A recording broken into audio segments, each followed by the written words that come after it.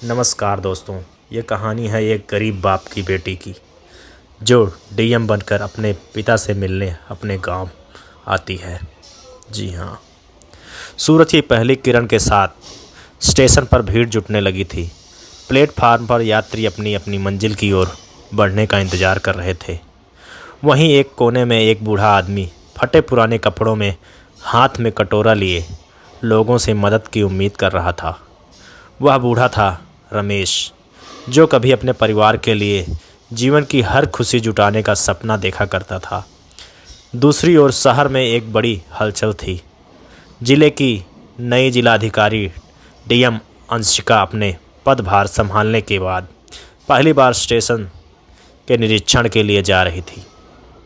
अंशिका का नाम पूरे ज़िले में एक प्रेरणा बन चुका था। उन्होंने गरीबी और संघर्षों के बावजूद यूपीएससी की परीक्षा में सफलता हासिल की थी। स्टेशन पर पहली मुलाकात। अंशिका अपने कर्मचारियों के साथ प्लेटफार्म पर पहुंची। उनकी पैनी नज़र चारों ओर का जायज़ा ले रही थी।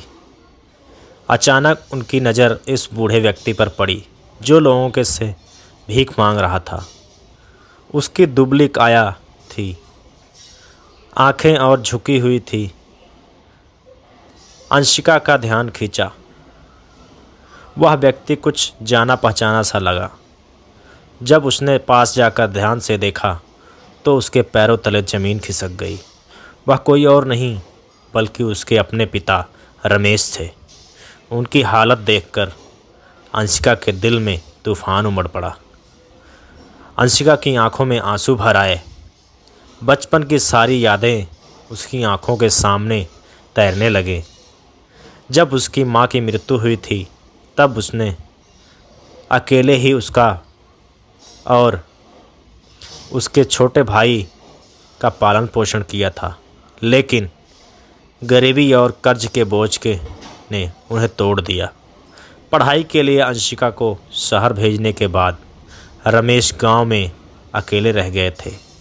उन्होंने अपनी बेटी को पढ़ाने के लिए अपनी ज़मीन और घर तक बेच दिया था, परंतु अंशिका को यह नहीं पता था। उसके पिता ने यह सब सहा। अंशिका ने रमेश के पास जाकर उनके कंधे पर हाथ रखा। रमेश ने चौंक कर ऊपर देखा। अपनी बेटी को डीएम की वर्दी में देखकर उनकी आंखों से आंसू बहने लगे। पापा, यह इस हालत में? अंशिका की आवाज़ कांप रही थी। रमेश ने झुकी हुई नज़रों से कहा, बेटा, मैंने सोचा कि तुम बड़ी अफसर बन जाओगी, तुम्हें मुझसे शर्म आएगी, इसलिए मैं तुमसे दूर हो गया। अंशिका ने रमेश से गले लगाते हुए कहा, पापा, आपने जो किया वह कोई पिता ही कर सकता है। आज मैं आपको जो कुछ भी वह आपके बलिदान की वजह से हूँ। अब आपको ये तकलीफ़ नहीं सहनी पड़ेगी। अंशिका ने तुरंत अपने कर्मचारियों को आदेश दिया कि रमेश को सम्पूर्णपूर्वक उनके घर ले जाया जाए। साथ ही उन्होंने यह सुनिश्चित किया कि स्टेशन और शहर के अन्य ज़रूरतमंद लोगों के लिए भोजन और आवास की व्यवस्था की जाए।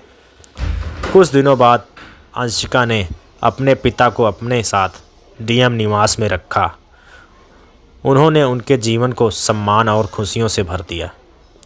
इस घटना से अंशिका और भी अधिक संवेदनशील और दयालु नेता बना दिया।